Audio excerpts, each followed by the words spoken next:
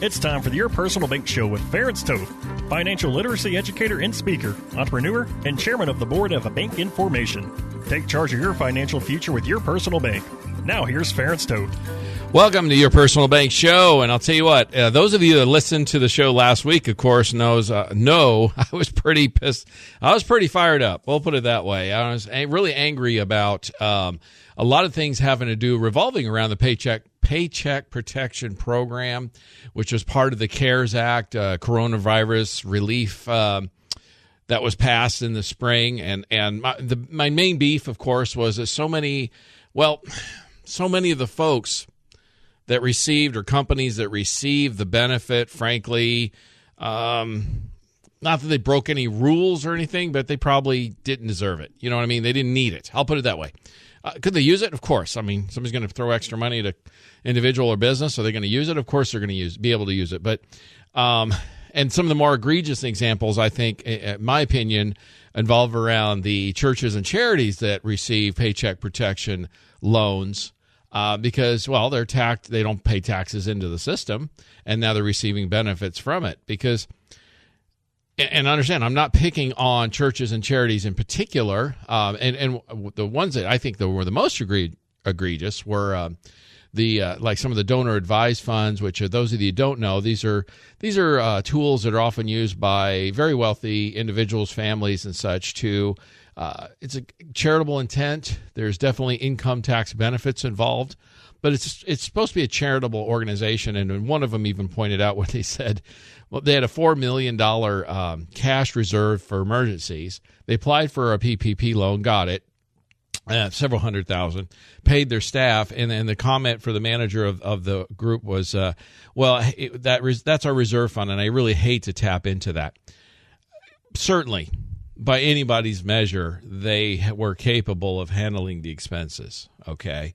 And really the intent of the law was to help small businesses that have been devastated or later impacted significantly by the coronavirus shutdowns, and allow them to keep their folks on staff, so they can all go on unemployment.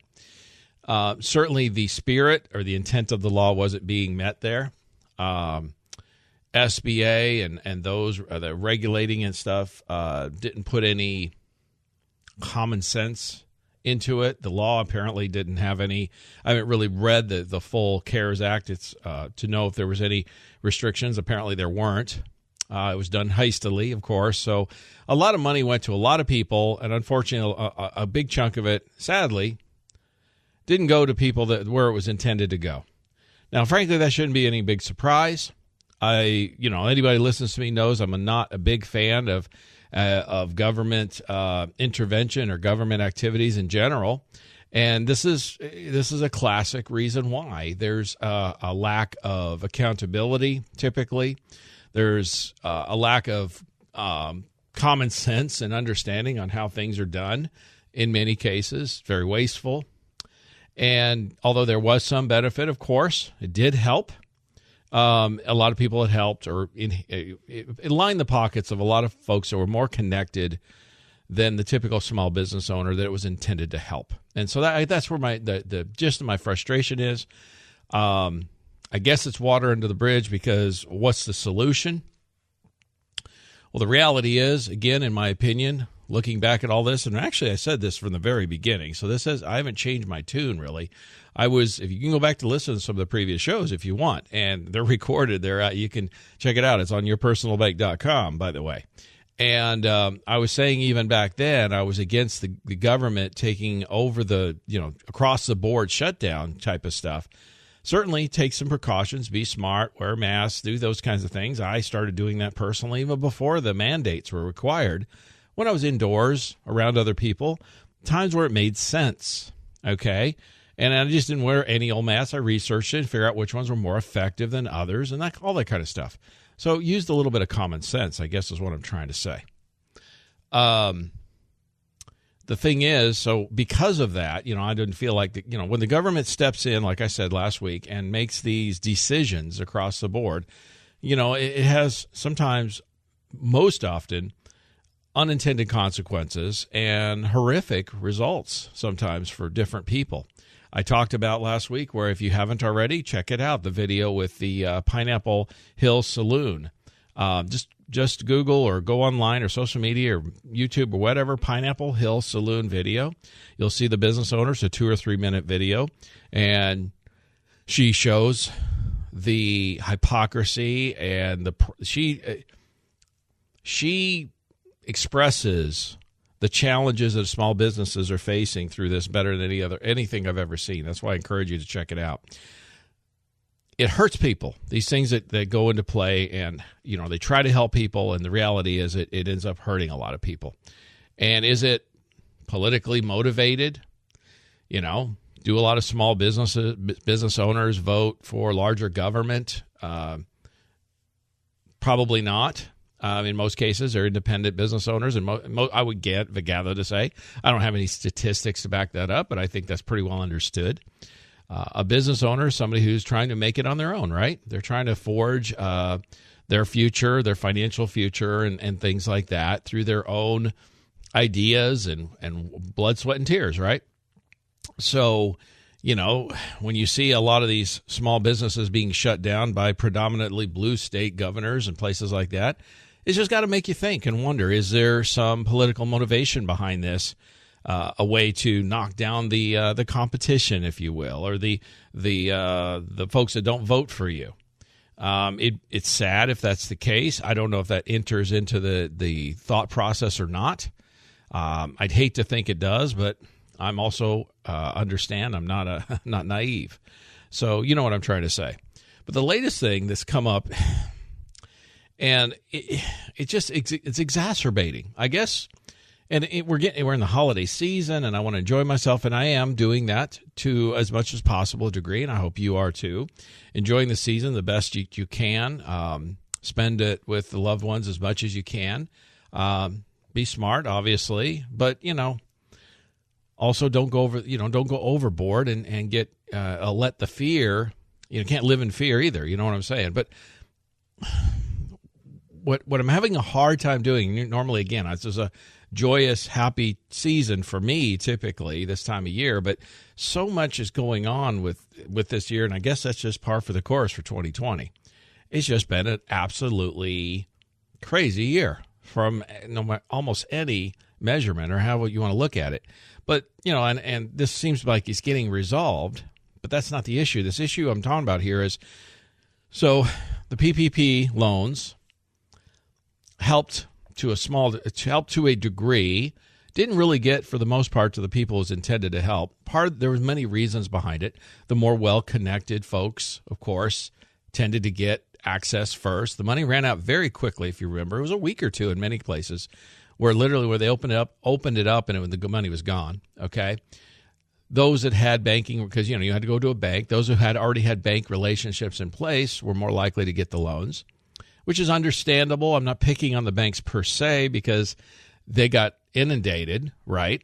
And if you already have a customer file information available and you can quickly input it and submit the loan and move forward versus somebody who's new and you got to gather all that info, it's just from a logistics standpoint. The banks had a challenge on their hands. But the reality is a lot of people got left out in the cold who were really should have gotten benefits, but now then the IRS steps in, and like I said, it looks like this situation is getting resolved, but it's the whole process and the whole thought process behind this that really gets up my dander and gets me frustrated about how things are and how government bureaucracy really operates, and how many times it doesn't really operate for our benefit. I mean, the term civil servant, by definition means they're serving the people, right? But that term civil servant, unfortunately, these days just doesn't apply very often. I'm going to talk about that further in the next segment. So as always, stay tuned. So we'll see you on the other side.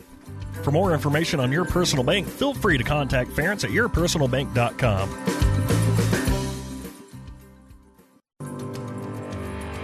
Back to the Your Personal Bank Show with Ference Toth.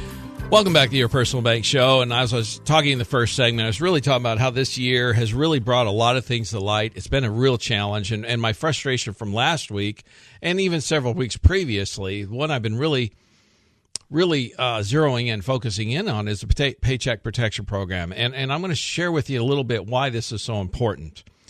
You see, as we all know, this was part of the CARES Act, the government's effort to provide relief after basically instituting shutdowns.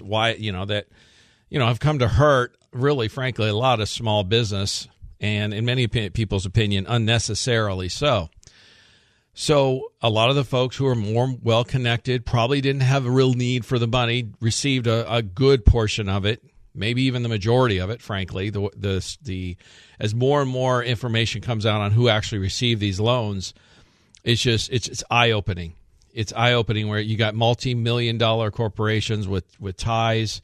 The governor of California's businesses, Tom Brady, who got nearly $1 million and just bought $1 million yacht recently. I mean, are they connected? I don't know. Doesn't look good. You know what I'm saying? You've got, steakhouses owned by Ted Turner. You've got racetracks. You've got businesses that are well connected, well funded, and receiving these monies. Where you have other businesses that are not so connected, didn't have bank relationships with their bankers, and there's a lot of reasons behind that. By the way, we can touch on that. Who weren't so well connected and basically just got left in the cold, and then. And then for those who actually managed to get into it and get some money and help their business, okay, and I know of a number that did, I know of a number that didn't. Well, it's like adding insult to injury. Then the IRS comes out with saying, well, those who did take the loan, okay, so here's where they were going to eliminate some tax benefits, deductions. Now, where I'm torn is a lot of the money went to people who, frankly, didn't really need it, probably, from a financial standpoint. But then it did go to some that did. And this is where I'm torn. I don't want to, throw the baby out with the bathwater and punish those who really needed it and used it for its real intent. But the IRS, basically, and this appears to be getting fixed, and that's good. But the fact we have to go through this process is frustrating. The IRS basically came out and said, look, if you got a PPP loan and you use those funds to pay payroll and stuff like that as intended, well, you're not going to get a deduction. You're going to get taxed on that money as if it's a gain, which offsets the deductions. Well, in essence, it basically defeats one of the big purposes of the government giving these businesses money. It wasn't the intention of the federal government, of the legislators who passed this law. In fact, when this IRS ruling came out, okay, the Senate Finance Committee Chair, Chuck Grassley, and the ranking member, Ron Wyden, of the House Ways and Committee, wrote a letter and told the Treasury Secretary that what their intent was. So this was bipartisan. It was very clear to the IRS and to everyone involved. Everyone understood the intent of the law was to get money into these businesses that needed the assistance because the government stepped in and shut them down, basically, or shut our economy down. IRS didn't care. They didn't listen. They kept going forward. They ignored that. Now, that's typical bureaucracy at work. This is a perfect example. And I'm not just picking on the IRS alone, because many government bureaucracy, that's how they operate, okay? Now, it looks like the legislators are working on a solution to, amend the law, which they can do, and get rid of this problem. It looks like that's going to happen. That's great. That's good news. But why do we have to go through the exercise in the first place? And see, that's the bigger picture I'm driving at here. This is the bigger picture where big government bureaucracy in general is the problem, not the solution. We talked about a lot of this leading up to the election and things like that, okay? Everyone understood the intent. Why would the IRS, I understand they were following the letter of the law. Why not give these small business owners a break? Understanding what the intent of the law was and forcing Congress and forcing Congress to fix it. Why not? See, Jefferson talked about this a lot. Many of the founding fathers talked about this, is the natural inclination is for government to grab more power. And one of the things I've been sharing with many of my clients this past year in particular is understanding that whenever a dollar is spent or given by the federal government, it takes $1 away from somebody else who provided that dollar, and that's taxpayers. So anyone who's a taxpayer, anyone who contributes into the system, whenever the government promises or spends that dollar, it came from those of us who contributed. In other words, the government doesn't have any money. And I find it ironic. And I see these articles all the time where if they do this tax cut or they do this or they do that, the government will receive less in revenues and they'll have less to use. Alert, the government doesn't have any money. Okay? It's ours. It's the taxpayers' money, at least at this point. And by us paying our taxes into the system, then they can allocate those dollars to use as well as they see fit. We elect people, represent them to decide where this money goes. And when these dollars go that are, let's say, wasteful, how's that? It's not wasting the government's money, it's wasting our money. We should care more about this. And unfortunately, so few people pay much attention to it. They've been able to basically do what they want to do for the most part. I have some hope based on events of 2020, both with coronavirus politically and otherwise, that more people will actually pay attention to what our government is really doing. And fiscally, what are they really doing with our money? And calling people to task and holding their feet to the fire, if you will, when they are flippant or fraudulent or wasteful with it. Okay?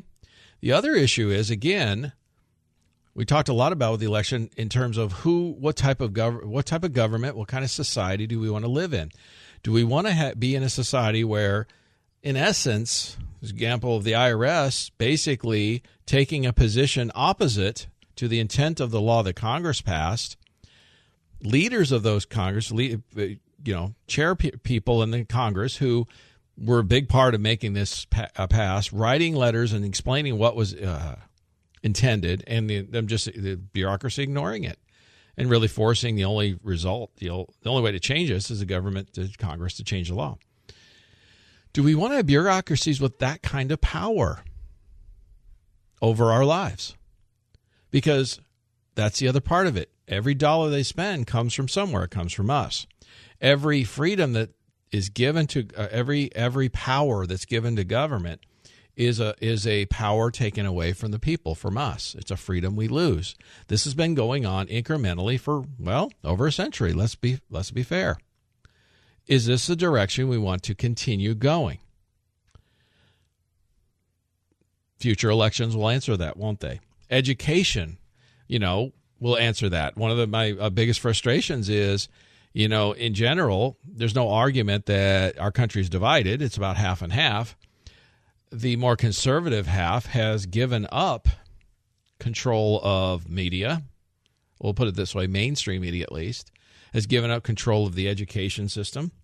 I mean, try to find a prominent conservative in any mainstream media outlet or major university, for example. You just can't find one. When you have that kind of overwhelming impact, decision, power, whatever you want, overwhelming to one side, it's out of balance. It's out of balance to what is really a country that is 50-50, basically, thinking in terms of their thinking. We've given that up. Well, that's if you're conservative, that's our fault. What are we going to do to change that, step into that, okay? Now, in the next segment, I'm going to talk about further a little bit about how this affects our money and our retirement and how we think forward going on these things. So stay tuned, okay? For more information on Your Personal Bank, feel free to contact Ference at yourpersonalbank.com.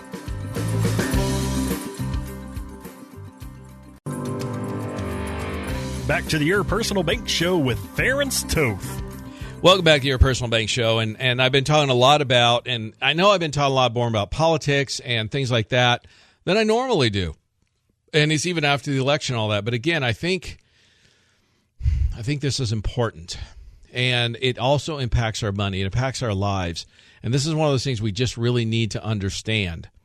There's been a lack of education, I think, both in financial literacy areas, no question. That's why I've been motivated to share more of these things over the years and do the workshops and now the radio and try to educate people on some basic financial matters.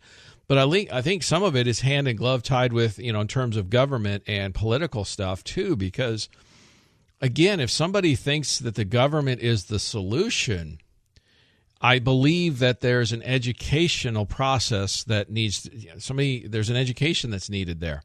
Because again, we need to understand that if government has a dollar and spends that dollar, it came from us, the taxpayer, the individual. Okay, and if government has a power to do something, it's because they took that power from the individuals.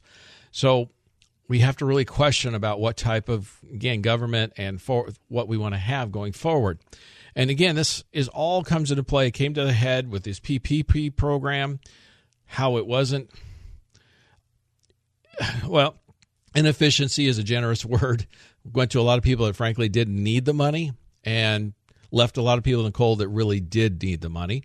And then the IRS taking the standpoint of, well, we're going to discount business deductions, okay, if you took PPP money, which defeats a major benefit of the monies in the first place, which was against the intent of the law. In fact, several lawmakers wrote the IRS specifically on that. The IRS chose to ignore them, which is going to force the Congress to change the law or amend the law. We'll put it that way, which it looks like they're going to do, which is a good thing. But why does it have to come to this? Why do we have to go through all this process and all these things?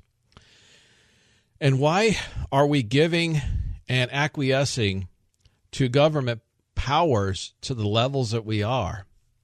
I mean, based on what's happened through 2020, let's project forward a little bit. This is the end of 2020. It's been a roller coaster year. It's been well, just crazy. And it's impacted most everybody on some level or another, whether it's individually, economic, medically, whatever it may be.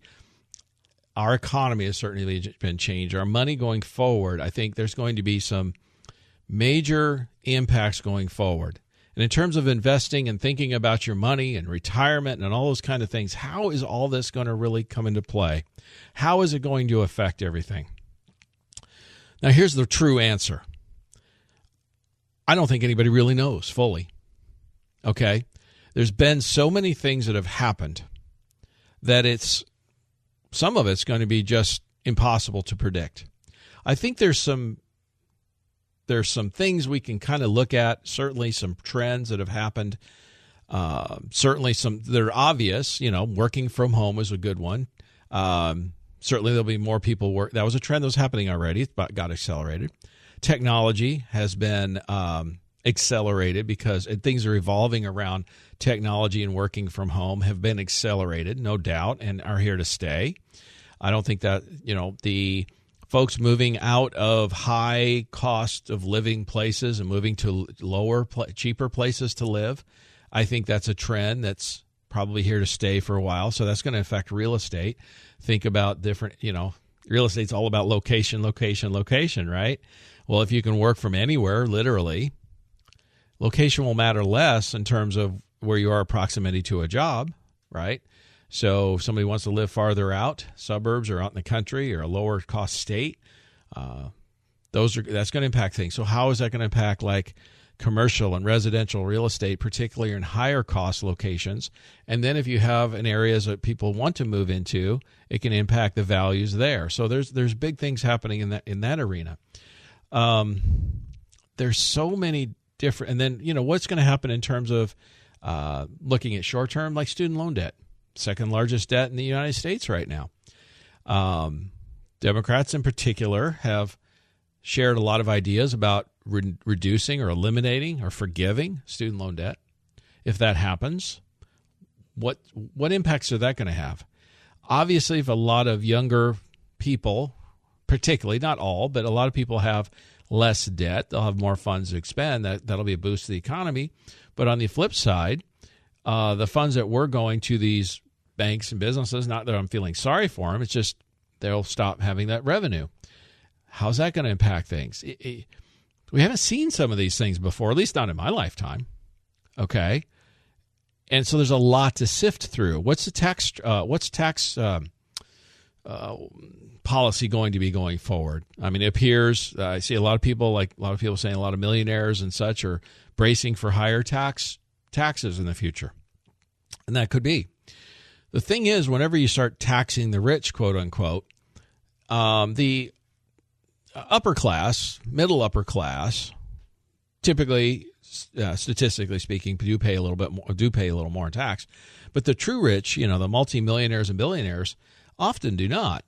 And the reason is simple: is they have the resources to hire the best and brightest tax attorneys and people like that, and planners and stuff, and they have the ability to many times move their assets from one state to another, to a different country or whatever, to avoid a lot of these kinds of things. So many times when you really start taxing a certain group of people because of their income, particularly in a higher, I'm not saying they shouldn't pay more taxes. What I'm saying is targeting them often is very not productive. It sounds great.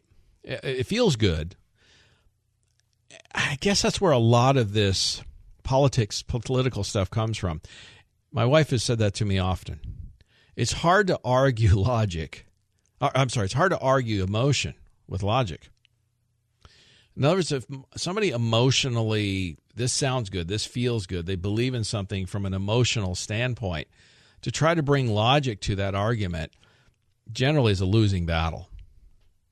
So when you talk about things like, tax the rich, it sounds great, feels good. And somebody's not rich, that, hey, stick it to them. It's like, stick it to the man, right?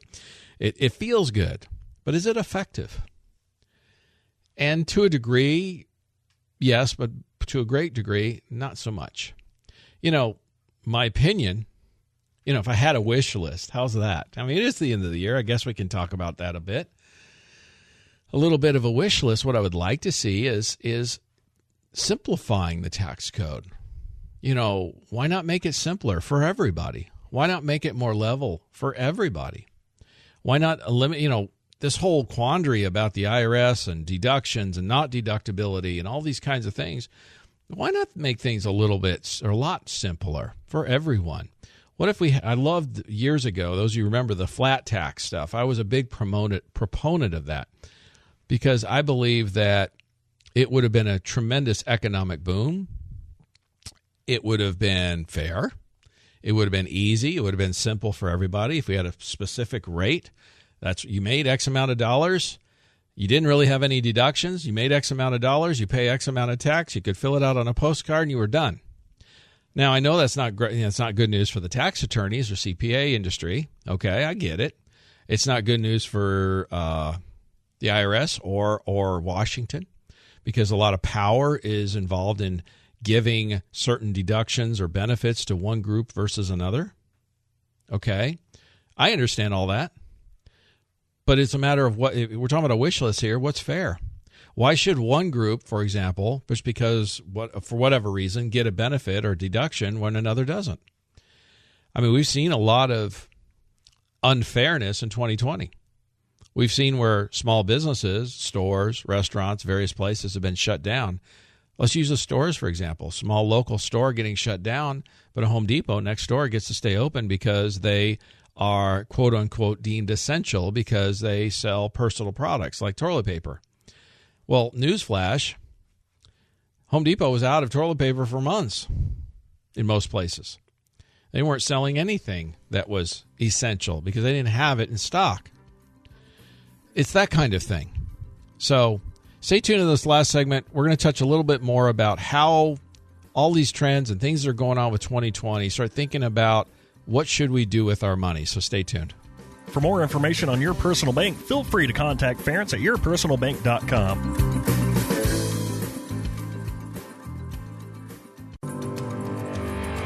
Back to the Your Personal Bank Show with Ference Toth. All right, we're rounding third, and we're wrapping this up. We're talking about a lot of frustrating things that have happened through 2020. There's been a lot of tremendous unfairness. What do we do going forward? I think with a lot of the trends and the things that are going on, there's no argument small business has taken a major hit in 2020. next year there will be far fewer, a good percentage of the small businesses gone permanently. I don't see where there's going to be any other way around that based on everything that's happening. What percentage that's going to be, well, time will tell. I've seen things anywhere from, folks saying upwards of half of the small businesses that existed before COVID won't be around after. Now, there's a natural, with small business, there's a natural percentage that fall off every year anyway. That's normal and natural. It's an evolving thing, but this will be a dramatic event. Why is that so important? Well, a lot of small businesses in a lot of communities around the country and even big cities do a lot in terms of economic impact for that city or for that community. Statistics have shown for decades somewhere around half of employment in the country is with small business. If half the small businesses are indeed gone and they account for roughly half of the employment of the country, what's that going to do for jobs, unemployment? Certainly it could have an impact in terms of having higher than average unemployment for some time to come, some number of years. We could see a downward push on wages because you have more people looking for work, right? We see more of a concentration with big business in terms of taking market share and things like that. And for an individual business, that's generally a good thing. But overall, for the overall economy, when you have a concentration of power, let's use an example it was a famous example of Walmart, as they were taking over many small cities or communities. They would come in and would, it's well documented. They would basically, for about a 2-year period, sell everything pretty cheap, particularly if they had a competing local hardware store or something like that, and basically drive as much as the local businesses out of business as possible. And then after they were pretty much devastated or gone out of business, raise their prices. And the studies have shown that the local community ended up paying more in the long run. Things like that. So as we see a concentration of business, of power, right? If you own stock in a particular company that's taking market share, that can, again, be good for that particular business. But overall, the overall economy suffers in many cases, or communities suffer, okay? We're going to see a shift. I guess what I'm trying to say, we're going to see a lot of changes when it comes to investing and putting, we're seeing a concentration in the market, certainly, of bigger businesses, tech in particularly. The banking industry, I just read an article talking about how loans for small business were always more limited than for bigger businesses, but that's even more of a difference for several reasons. One, small businesses suffered through 2020. Two, there's been a concentration of large banks taking over small banks, and larger banks are not geared towards smaller loans. The same amount, it costs the same amount for a bank to issue a loan at $1 million versus a $100,000 loan, for example. So, which is more profitable, right? They earn more interest on $1 million loan than a $100,000 loan, for example. So there's all that type of thing. And a lot of the local community banks have been taken over or gone because of that concentration. That happened after 08, 09. There's a lot of those kinds of things going on. And a lot of things that are going to happen we can't really predict yet. It's too soon to tell. It drives back to my main point that I've made for over 20 years. The point I've been making throughout this year, strongly, is diversification. Have some money that's not subject to the market in general, a non-correlated asset. And that's why your personal bank comes into play so often in that kind of situation where you have some money with some guarantees, you have some tax benefits. Because again, what's tax policy going to be going forward? We don't know. What's the economy going to look like going forward? We don't know. We do know there's going to be changes, I think it's fair to say, in both of those areas. Well, if you have an account that has guarantees, consistency, can grow that, you can grow the money income tax free. You can access it income tax free, again, if structured properly. You can pass it on to your heirs income tax free. Okay, those are important, powerful aspects to having some money set aside where it's not all subject to market risk, for example, or all subject to taxes, for example. I'm getting a lot more calls from clients and people being concerned, for example, after the election about what are taxes going to be in the future. Okay. Well, I always say 2 times 0 equals 0. So if you have, that's a book called The Power of Zero by David McKnight. I've recommended it many times. Again, it's Power of Zero by David McKnight. Sorry. The premise of the book, again, 2 times 0 is still 0. So if they double the tax rates, it doesn't affect you, at least on those dollars. That's what I'm saying is I think diversification is probably going to be more beneficial, more important, more powerful than after COVID than before COVID. The results of COVID, both good and bad, there's some good results, positive things, some acceleration of some trends that are good trends, and of course some not so good things that have happened. All of those things are going to play out over the next several years. This isn't going to be. I wish we could say, hey, the vaccines are out and everything will be back to normal by next summer. I don't think that's going to be the case. We'll be able to get back to some form of normality in terms of how we operate in our day-to-day lives. That I do believe, which is good.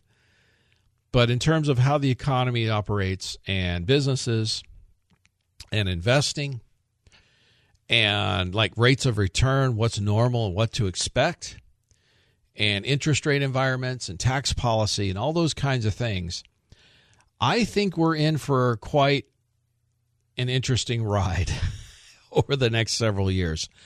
And it could be at times a pretty jarring or bumpy ride, okay? Things are going to be done, things are going to happen that are going to produce unintended results. Let's face it. So again, I'm going to encourage you to stay tuned. We'll be here sharing try to cut through the noise as much as we can. It's hard to do. It's increasingly difficult to do. I will say that. We'll do our best to try to cut through the noise and be a voice where not just share the mantra that you hear everywhere else of the same old, same old. I mean, there's plenty of places to go for that, and that's great, and much of that information is valuable, don't get me wrong. But also it's good to know the other side of the story. What's the rest of the story? And hedging your bets, diversifying your money, putting some away in a different bucket, if you will, that's subject to different results and different input, okay? Like I said, we still have companies that are paying 6%. They have for 25 plus years, okay? They've never missed dividends in over since before the Civil War, frankly. So we still have companies that are doing that consistently, continually doing those things. They've got the cash reserves. They've got the ability to continue doing that. So just as a way to hedge, to diversify, and make sure that irregardless of what does indeed happen to your portfolio, to your retirement, to your investments, and what happens to our economy and all those things that are happening, tax policy and everything else going forward, we have some of the money set aside over here, so it's not going to be impacted by those things. And that's just smart diversification. So I guess if that's the one thing I want to leave you with this year to think about, and with the idea that I've been trying to share for most of this year, frankly, and last in 20 plus years of my career, it's exactly that. Make sure you protect yourself. Make sure you diversify. As always, contact us at yourpersonalbank.com for more information. I'll be happy to talk to you further about it in your situation, answer any questions you have. Have a great end of the year, and looking forward to an exciting 2021. Listen Tuesday at noon and Thursdays at 1 for more information on Your Personal Bank.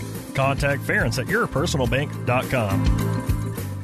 This show is designed to provide accurate and authoritative information. The presenter and guest on this program do not engage in legal, accounting, or tax advice. Professional advice regarding your situation should be sought if required. Products and riders may have limitations and may not be available in all states. Excessive unpaid loans may affect performance. Distributions may become taxable if not managed properly. Replacements may not be suitable for everyone. There may be charges when replacing coverage. Compare when considering a replacement. Dividend rates and baseline of credit rates may change. Contact yourpersonalbank.com for current rates.